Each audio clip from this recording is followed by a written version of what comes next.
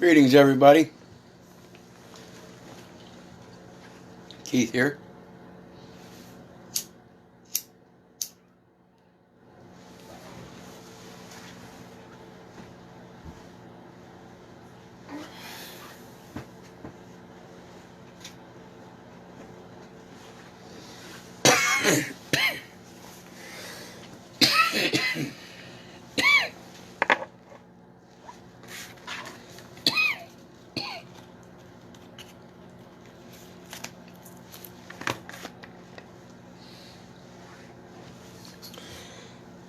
Hoping everybody's having a good day, enjoying life, living life, loving life.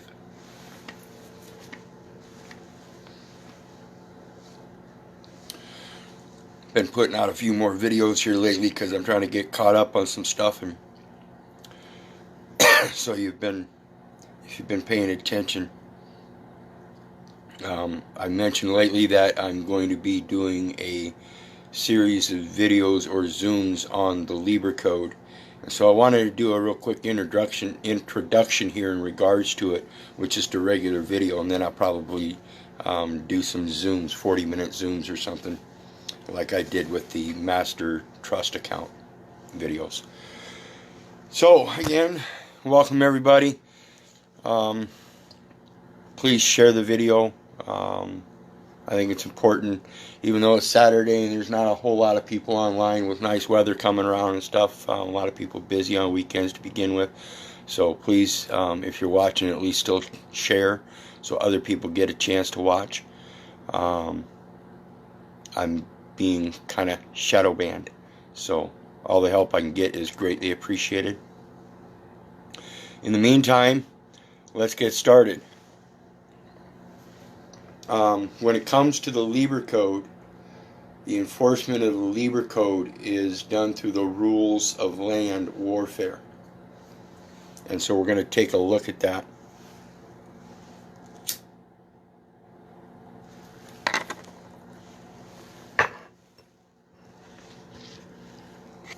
And again, like always, I'm going to show you all the links and everything. I really wish I had a better setup for this so I could give you more steady videos and stuff. So I'll work on that. But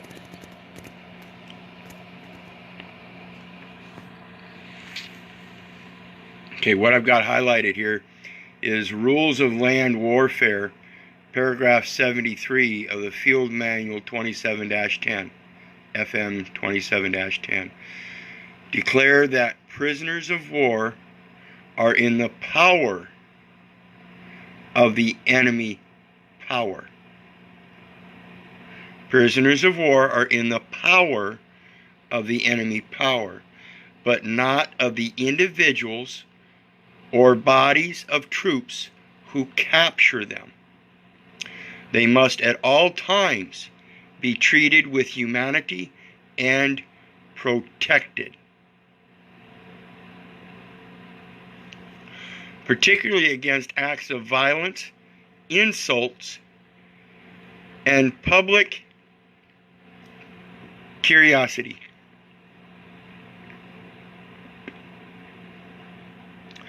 Measures of reprisal against them are prohibited. This is where they get the, you cannot issue forth letters of marque and reprisal, because you don't know if we're part of that military force or prisoner of war or an actual enemy captured and willing to remain voluntarily behind with the other captors as a matter of service and not employment. Voluntary service and not employment. Okay? And again, I'll show you the link. This is from American Historical Association, and it's the Rules of Warfare and Their Violation. It's just a write-up discussing the various different contexts of the code.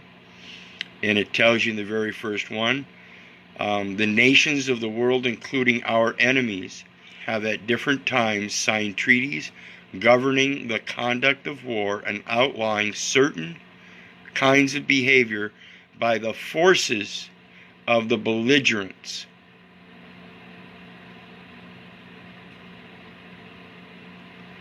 By the forces of the belligerents. The most relevant sources of this written law are the Hague Convention of 1899 relating to the laws and customs of war on land, a revision and extension of this issued in 1907, a convention regulating the treatment of prisoners of war, and a Red Cross convention regarding the treatment of wounded and sick members of armies in the field.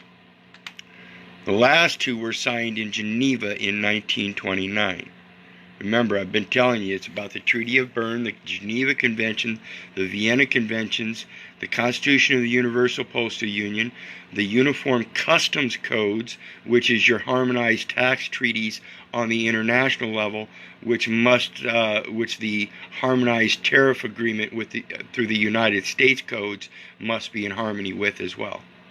If you don't have that set agreement, they can't tax you. They cannot issue letters or marks of reprisal.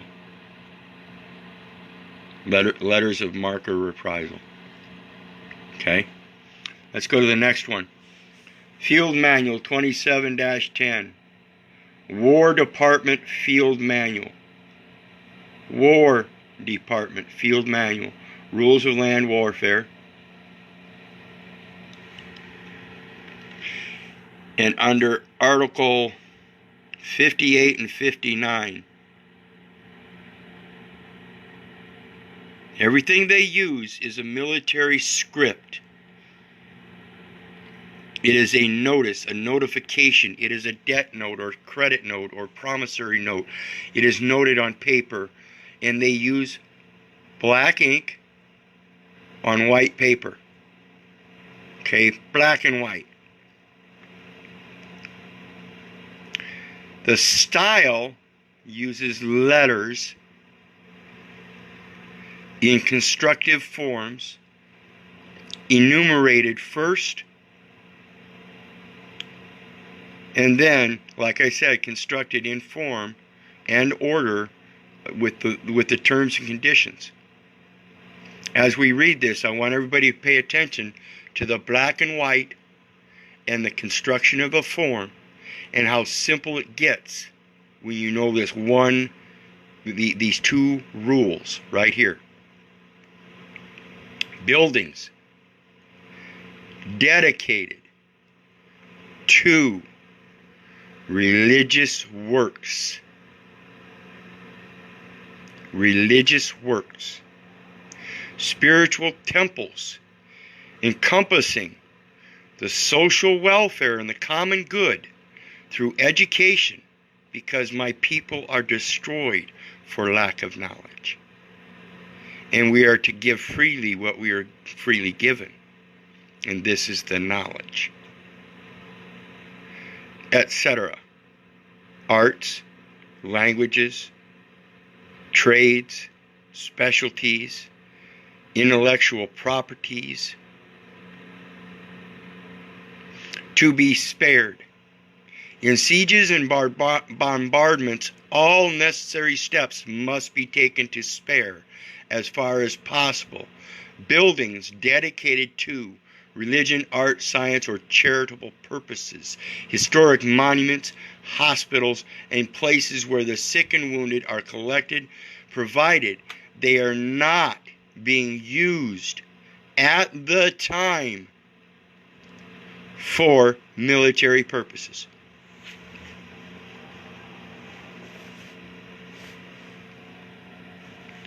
Military purposes. It is the duty of the besieged to indicate the presence of such buildings or places by distinctive and visible signs, which shall be notified to the enemy beforehand. Above buildings, etc., to display signs specified in naval treaty. This is the treaty they're talking about, the Naval Treaty, Treaty of Berne, Law of Nations, international level. Not the treaty known as NAFTA, North American Free Trade Agreement, or any of the 560-some sub-treaties, but the Naval Treaty. It is the duty of the inhabitants to indicate such monuments, edifices, or places by visible signs, which shall consist of large, stiff, rectangular panels divided diagonally into two colored triangular portions, the upper portion black, the lower portion white. The foregoing rule adopted in this convention for naval warfare should be adopted for protecting buildings under bombardment in land warfare. Here it said, in sieges and bombardments. So if they're coming to siege, even without bombarding you, that would still apply.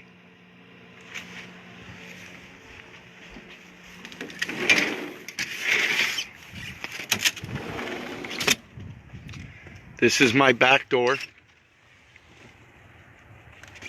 As you go in the back door, you see my educational temple space,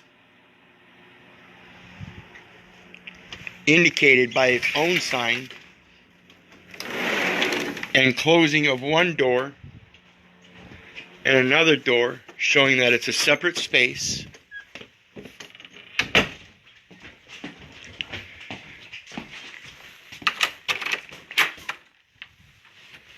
And then you see the front door.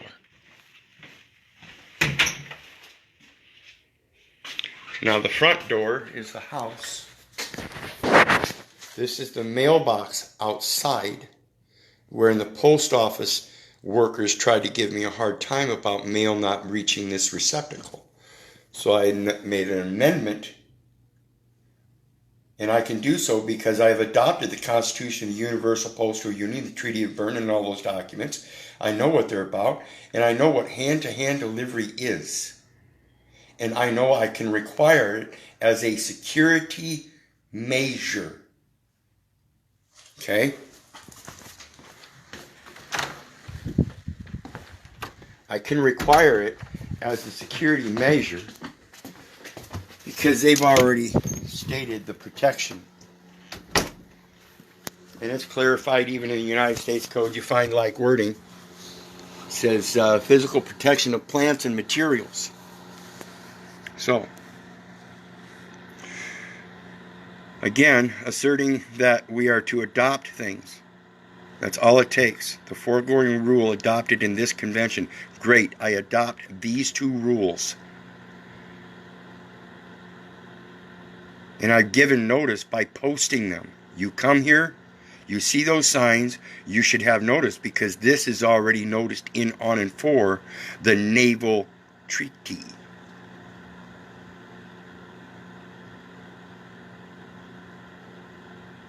It's specified. It is special, not particular or general. You want to talk about species and money, it's because it's been specified. It is specific. It does not relate generally or particularly, as that would be ambiguous. It has been specified. So let's talk about the Lieber Code real quick. And it's Yale Law School is where you'll find this posting.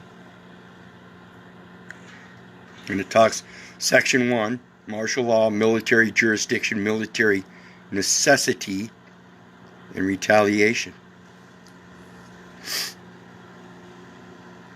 Public and private property of the enemy. They can't own property. They can only protect it. So everybody who's claiming ownership of property is either public or private, and they are deemed an enemy. Protection of persons, and especially of women, of religion, the arts and sciences, punishment of crimes against the inhabitants of hostile countries. Hostile countries, not peaceful inhabitants. So anyway, let's get into it. place, district, or country occupied by an enemy stands. So the ones that are not clarifying that they are peaceful temples conducting cultural practices and not subject to military practices, commercial practices, scientific practices, but issuing forth their own freely to anybody as a public accommodation. Even if you're not part of our collective, we're willing to educate you freely, because that's all we do. We're not in it for commerce. See?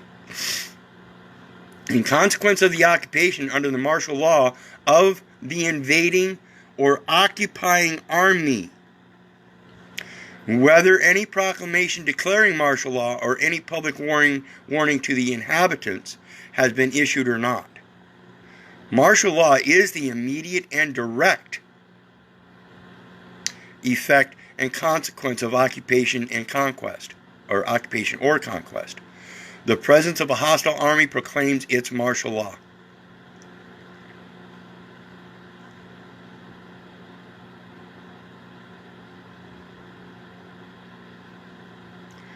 The martial law in a hostile country consists in the suspension by the occupying military authority of the criminal and civil law and of the domestic administration and government in the occupied place or territory, and in the substitution of military rule and force for the same.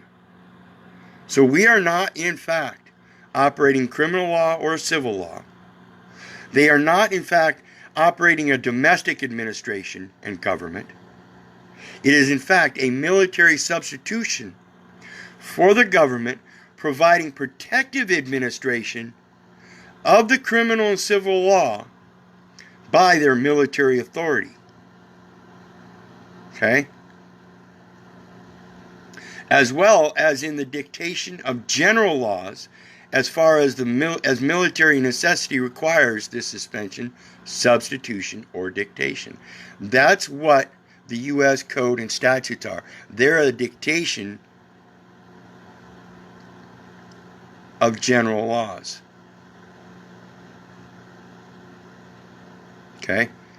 Let's go down to number 7 now. It says martial law extends to property and to persons, whether they are subjects of the enemy or aliens to that government.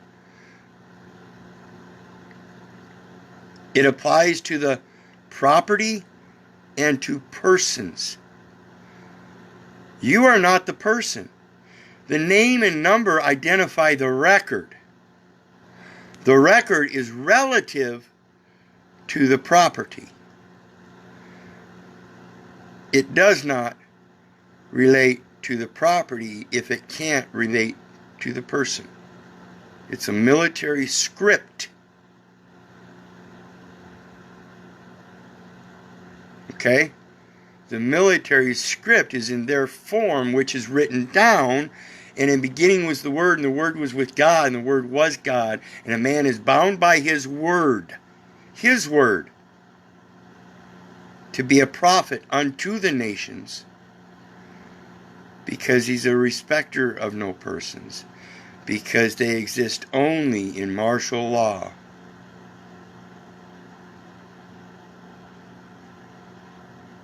That's what's different. That's the enemy. That's what's alien. Okay? Go down to number 9.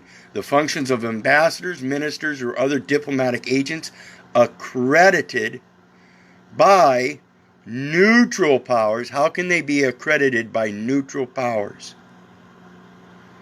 The only way they can be accredited by neutral powers then is to be neutral. Again, confirming that it's suspension of the criminal and civil law and replaced by a neutral military authority. There's supposed to be a neutral military authority. It's the power. that has control, not the forces.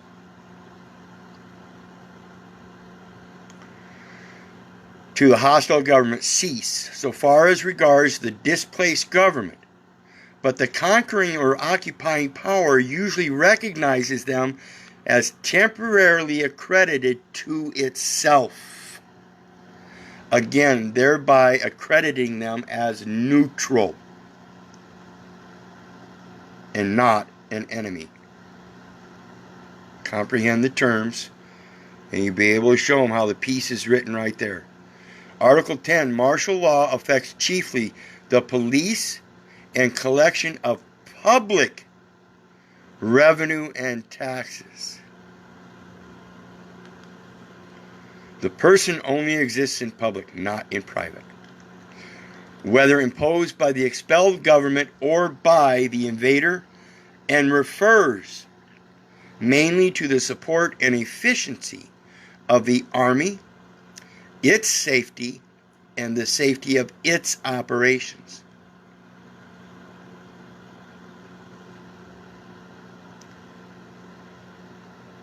Article 15, military necessity admits of all direct destruction of life or limb of armed enemies, and of other persons whose destruction is incidentally unavoidable in the armed contest of war. It allows of the capturing of every armed enemy, and every enemy of importance to the hostile government. They have to import it. They have to be imported. They have to capture them and import them. To the hostile government, or of peculiar danger to the captor. Peculiar being private, a private danger to the captor. It allows of all destruction of property and obstruction of the ways and channels of traffic, travel, or communication, and of all withholding of sustenance or means of life from the enemy.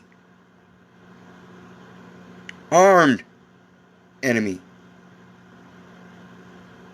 They forgot to include armed enemy. Of the appropriation, or of the appropriation of whatever an enemy's country affords necessary for the subsistence and safety of the army. That's that quartering.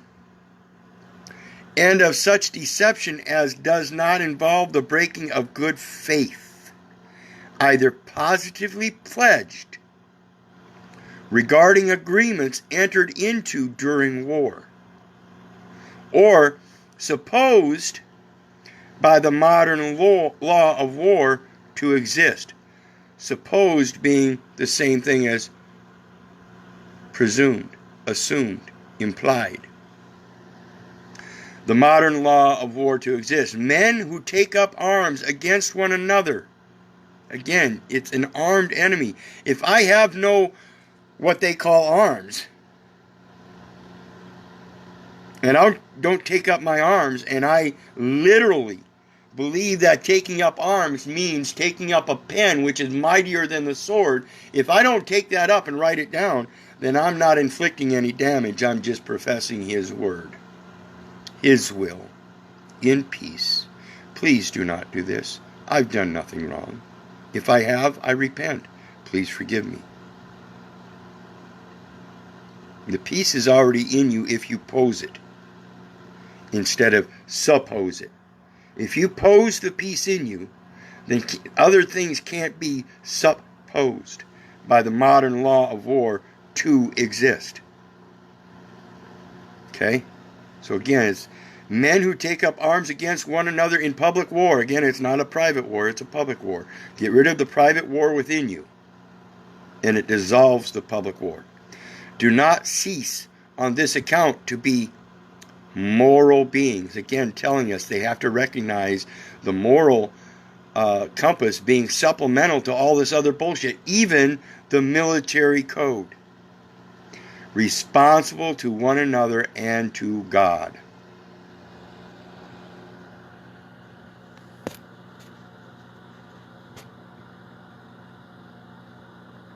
Pure and simple. Now we're going to go to Article 32. This is the public and private property. And it says, a victorious army by the martial power inherent in the same may suspend, change, or abolish, as far as the martial power extends, the relations which arise from the services due according to the existing laws of the invaded country from one citizen, subject, or native of the same to another. The commander of the army must leave it to the ultimate treaty of peace to settle the permanency of this change. That naval treaty that's already in existence, the ultimate treaty of peace, wherein all of the other 560-some sub-treaties exist, and it itself is indentured through the Constitution of Universal Postal Union, and the Article 1 states freedom of transit is guaranteed throughout the entire territory of the Union.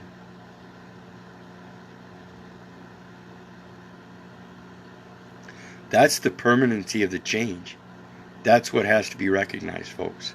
Under Article 38 says private property, unless forfeited by crimes or by offenses of the owner, can be seized only by way of military necessity for the support or other benefit of the Army or the United States, agreeing once again with the article earlier, 10. Martial law affects chiefly the police and collection of public revenue and taxes, whether imposed by the expelled government or by the invader, and refers mainly to the support and efficiency of the Army, its safety, and its safety of its operations. One of its operations is the United States.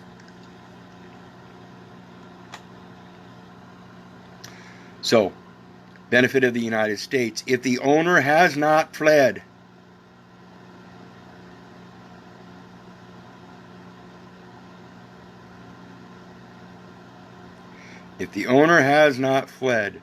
the commanding officer will cause receipts to be given which may serve the spoliated owner to obtain indemnity. Spoliated owner meaning spoiled owner.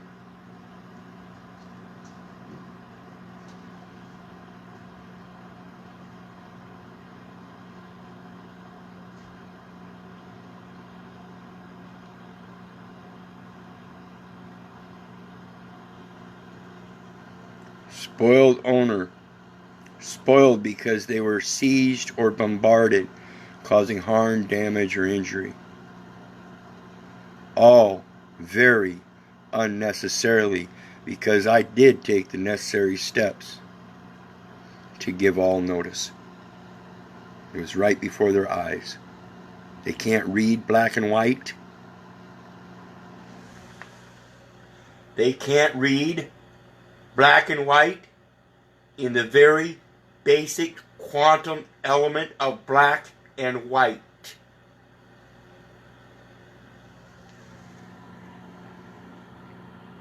So let's go back to it. Now we're going to go to Article 53. The enemy's chaplains, officers of the medical staff, apothecaries, hospital nurses, and servants, if they fall into the hands of the American Army, are not prisoners of war, unless the commander has reasons to retain them. In this latter case, or if at their own desire to voluntarily serve, voluntary service, they are allowed to remain with their captured companions. They are treated as prisoners of war and may be exchanged if the commander sees fit. So,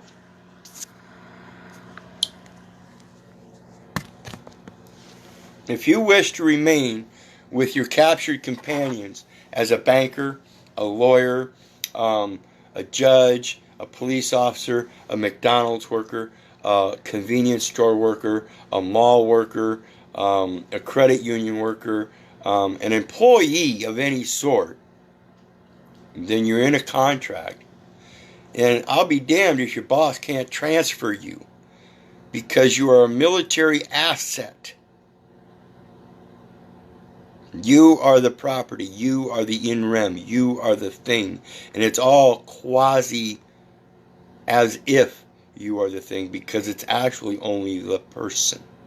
Again, public property for public revenue. That's it. So, let's get back to it again.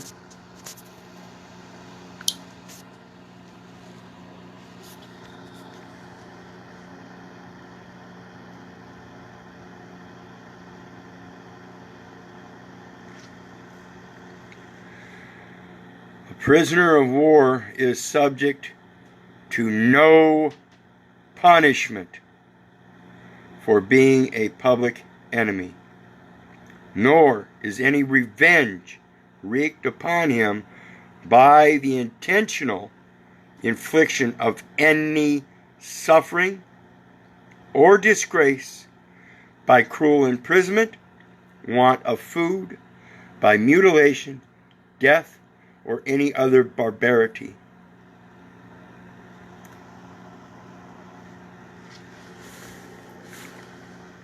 Before we continue on with this, this is the International Committee of the Red Cross. Now, these are the people that step onto the fields after somebody's been sieged and bombarded, and they provide assistance to all the injured. The rules of war. 10 things the rules of war do. The rules of war, also known as international humanitarian law, protect those who are not fighting, such as civilians, medical personnel, or aid workers. Protect those who are no longer able to fight. If you don't have a gun, if you're not armed, you're no longer able to fight.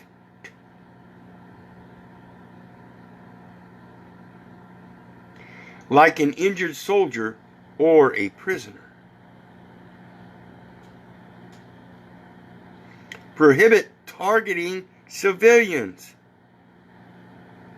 Doing so is a war crime.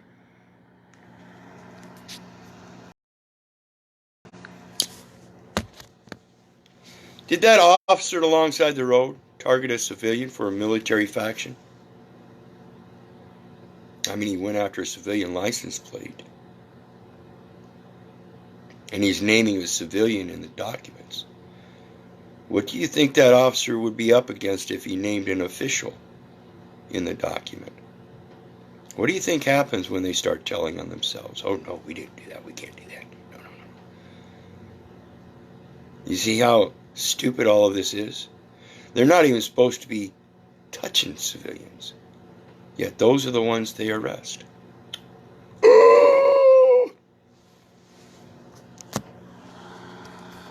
So, again, I'll post that link. Let's get back to the Lieber Code. Wait a minute. You guys didn't get to see that, did you? Let me turn that back around. You guys were watching me, weren't you? IRC, 10 things the rules of war do, such as civilians, medical personnel. That's who they're supposed to protect. The civilians are the ones in contract with them to help run things while they're off committing war. Why would they be sending civilians after civilians, folks? Is that civilian operating as a government? Or are they operating as an armed participant? I ask these questions for a reason, folks. Because when we put down those arms and we get back to our Father, prodigal Son, in the beginning was the Word, and the Word was with God, and the Word was God, and man is bound by His Word, so shouldn't He be able to just stand there and speak His Word? Isn't that His true armorial bearing, the moral compass, which they're inherently required to be able to notice as supplemental to all of their military codes and all of the governing codes underneath that and all of the commercial codes underneath that? If they don't know how this stuff works, I suggest that people start educating themselves, because this is what's happening. They have no authority except a military authority to carry arms. You don't get that from a private corporation.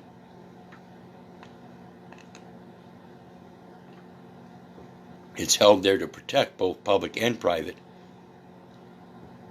And you can't use the larger public conglomerate because they're willing to pay you money in your military script against a private being that can't qualify for use of your military script. This is why they recognize that moral bearing, because it's an armorial bearing and not a bearing of arms. Okay, so let's get back to it.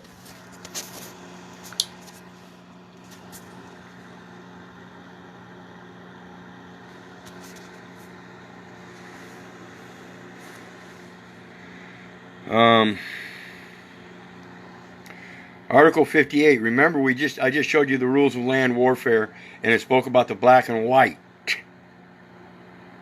assigned colored with black and white. Article 58. The law of nations knows of no distinction of color, and if an enemy of the United States should enslave and sell any captured person of the army, it would be a case for the severest retaliation, if not redressed upon complaint. The United States cannot retaliate by enslavement. Therefore, death must be the retaliation for this crime against the law of nations. Okay?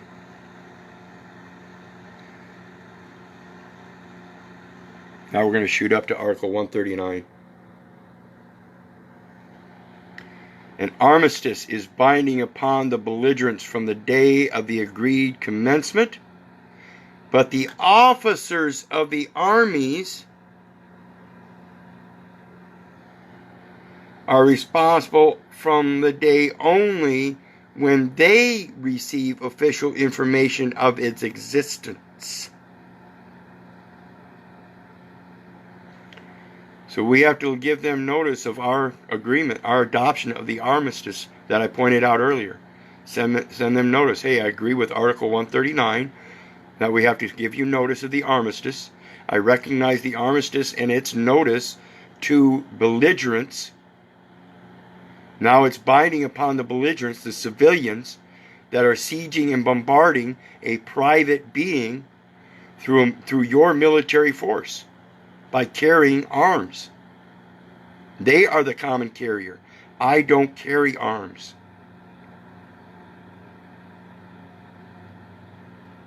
He carries me, footprints in the sand.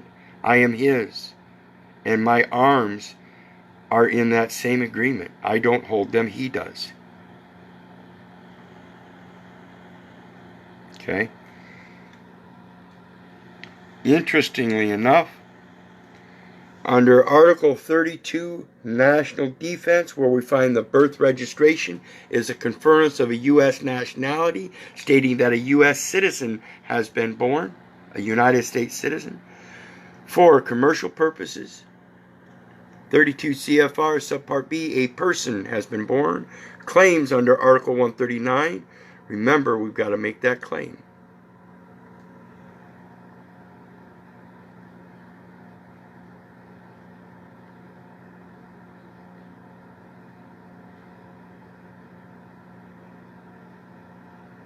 Where was it?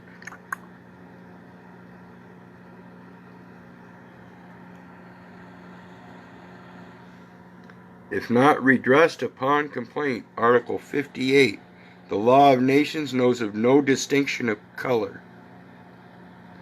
The black and white sign is your notice. We need a redress. Back to Article 139. An arm is entice. When you entice somebody, you are tempting them. Arm is entice. Armistice. So, armistice. That sounds like a temptation of the Lord, so let's pray in our Father's name. Our Father, which art in heaven, hallowed be thy name. Thy kingdom come, thy will be done, here on earth as it is in heaven.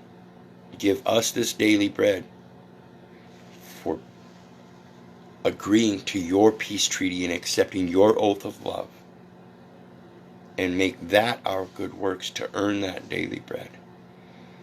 So we lead not into temptation each other, but deliver each other from evil, as we forgive each other for our trespasses, not merely against each other, but against your oath of peace. For yours is the providence of grace, that no one can intercede with. Amen. That's the peace treaty. It's already there. And they have an obligation responsible to one another and to God to uphold that, despite anything, in any armistice, peace treaty, rules of land warfare, laws of war, laws of nations, UCC, Uniform Commercial Code, Uniform Customs Code, constitutions. I don't care. The supplemental peace is already there in our Father's name and not in the name of a person, and that is why he is a respecter of no persons.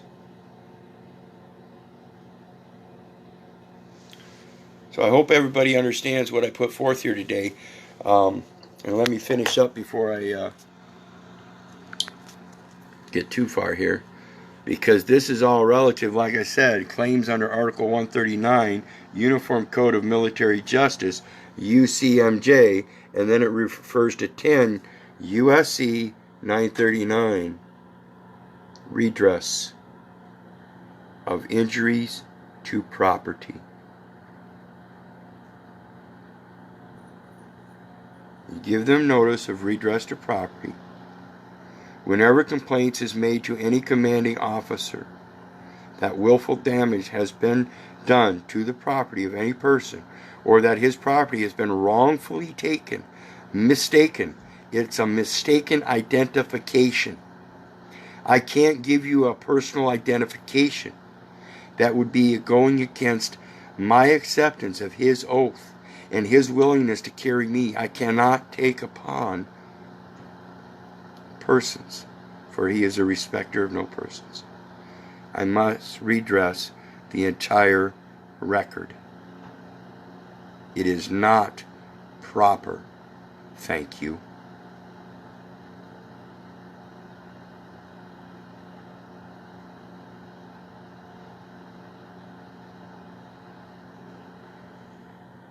This again is the Uniform Code of Military Justice from military.com. The UCMJ is federal law enacted by Congress, which applies to all active duty members as well as activated National Guard and Reserve members. Federal Reserve, federal branches and agencies established by foreign bank, and military academy students still being classified. Some civilians serving in support of the military during wartime are also subject to this UCMJ. support as supposed. The position, the port, support and supposed are the same thing. Is a pose, a position, a port. Is a port a position? Is it supposed to be supporting the military? Or is it supposed to be supporting private or public? If the military is neutral, then all support of the military should be neutral. Should it not? I don't know. Maybe I'm just asking dumb questions. It would seem to me that the military should seem to be able to support itself in its own neutrality then by admitting to the Lord's Prayer. It already exists. The neutrality already exists, and we are supposed to present that neutrality. That's what I think. I don't know, but again, maybe I'm the dumb one. Anyway, I hope everybody liked my introduction to the Lieber Code. Like I said, I'm going to be doing a series of them. Probably going to be a little bit more than just the 43 videos for the Master Trust, because there are so many more codes here. But I want to go over extensively so people realize this is what we need to do. We have to realize there's a law of war, and there's a peace treaty already stated, and that's just simply your faith in taking upon the oath of our Father which art in heaven, hallowed be thy name. And any name on paper doesn't count because it's a person. It really is that simple. So anyway, we'll be going over the Lieber Code. I don't know exactly. I'd like to stick strictly with the Lieber Code. Today I went over a couple other things. But like I said, I'm going to leave those links for you so you can do some more research on your own and investigate those and possibly help educate me on the other side of things too. So study together, research together, grow together, walk together. That's the way I'd like to see it. Anyway, in the meantime, I'll post all these links. I'll post my PayPal link and all my other forum links. Please share. Please hit the PayPal button and share some love, because that's truly what it's all about. But again, if your form of love can't extend to that form at the PayPal link, at least hit all the other links and share them. I need everybody to catch me on the other forums, to be keeping in touch with me, not just through Facebook Messenger or my videos here, but start networking with everybody so everybody can start researching this all together and start issuing forth this notice. And it is simply that simple, black and white. There is an armistice already in place. This is how it's noticed. It's noticed here, here, here, here, and here, just like I hopefully showed you here today. Okay? So in the meantime, remember, hit the share links, hit the share button, hit the share PayPal, share me some love, share everybody else some love. Our people are destroyed for lack of knowledge. So make sure you're sharing that. We feed ourselves for a day by having a fish. We feed each other a day for a lifetime by teaching each other how to fish. And the extension of that is we feed our younger generations how to fish, or feed our younger generations for a lifetime by teaching them what we've learned. We can't let our education stop. The important part of learning this stuff is learning how to teach it to others and not just holding it for ourselves. So God bless everybody. And remember, if it wasn't for you guys, I wouldn't be doing this. Have a great day, and we'll see you again next time.